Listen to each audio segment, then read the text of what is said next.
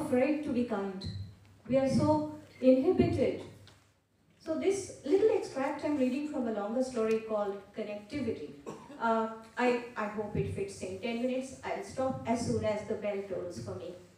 I'll leave the rest to the imagination of the audience. A senior bureaucrat who has retired is spending New Year's Eve alone in a Kolkata flat. His children have gone out. And he decides to make crank calls. Just pick up an old-fashioned telephone and dial numbers at random.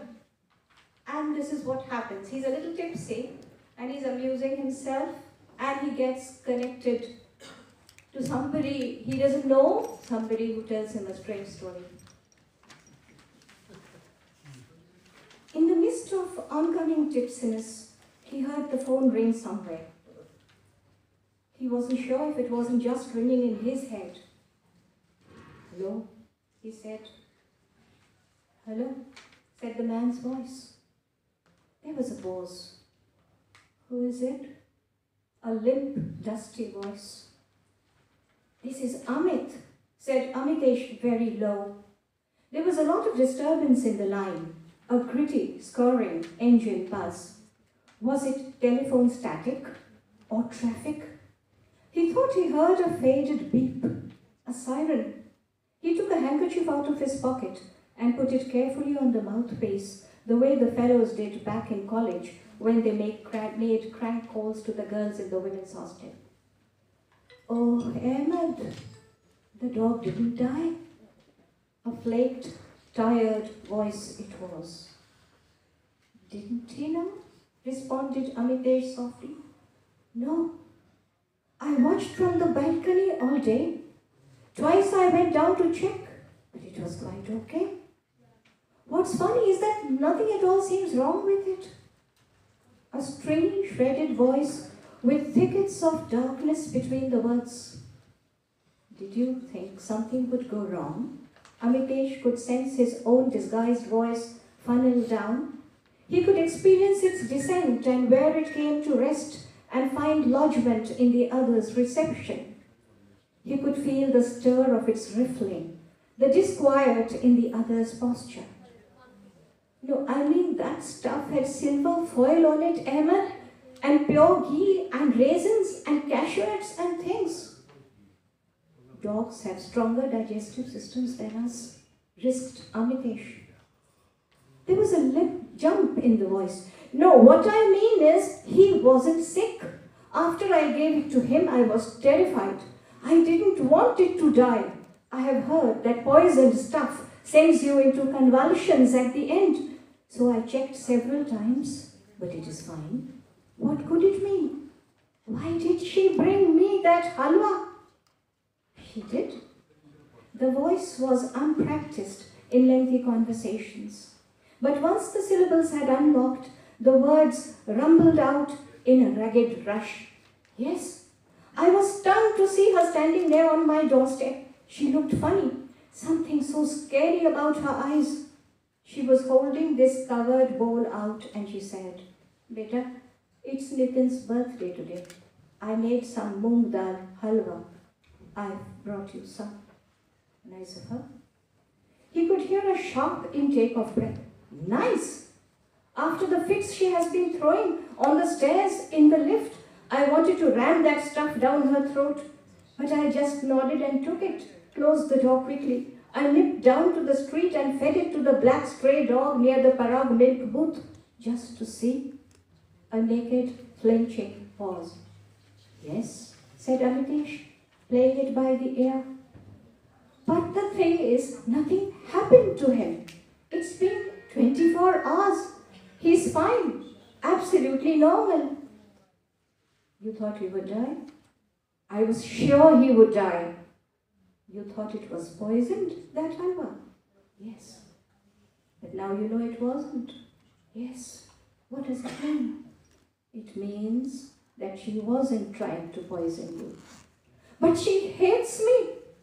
Amitesh was taken by the violence in the tone. "How do you know?" There was an impatient click of tongue against the palate. "Don't you remember, Ahmed? Didn't I tell you the other day? You must have forgotten. He decided to push this hazard a bit more. In the lift, you said? Yes. I was going up to the 7th floor from the 2nd. She had come up from the ground floor. She was standing there alone. She saw me get in and she backed away against the wall and pressed the 3rd floor button. I said, Auntie, why are you getting off on the 3rd floor? She looked crazy. She started screaming, I'll take the stairs. By God, I will. I'm not going up in this lift with you. God knows what you are carrying in your bag. God knows what you and that brother of yours have been up to. She rushed out when the lift reached the 3rd floor and she climbed all the stairs up to the 8th floor. The voice had grown breathless. Strange. No. At Nitin's funeral, when all the building people went to meet her, she wouldn't talk to me. I said to her, Auntie, I'm so shocked.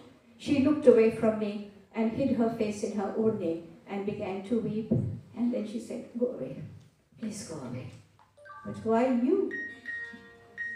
Is it time? Because ever since Ejaz disappeared, they've all started saying he's been picked up. And maybe he hasn't been picked up, but has just gone off like he used. She thinks he's got to do something with the train accident, with the bombs. Amitesh felt a cold breath of horror. Where had he landed? What dreadful area of delirium or threat? What did you do? I just left. Everyone was looking at me in a funny way. Yes, this pain hadn't settled. It clamored, tore about, stretched the vocal cords to cracking. Yes, they look at me like that. They keep stopping and asking, where's your brother, Ejaz? I said, I don't know. Once someone said, of course you do. I walked away.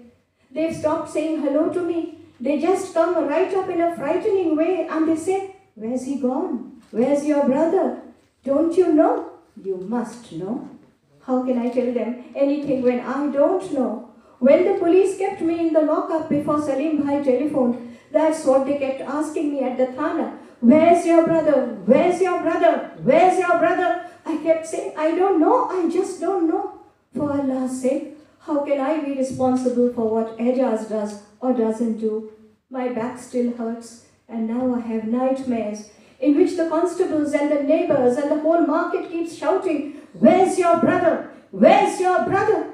But where is he? Whispered Amitesh, shivering. I tell you, Ahmed, I don't know. He used to keep going off, you know that. Some nights I dream he's in prison and he's being tortured.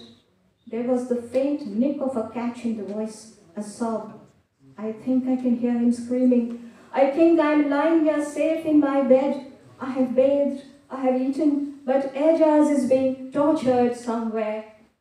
The voice circled the steep pit of awful knowing. The shudder came through, and at his end, Amitesh shook too, receiver in hand, the handkerchief almost slipping away. Fear beat in the air. I read about those prisons in all those strange places where they set dogs on you and give you shocks and put things in your private parts and make you roar and howl and beg.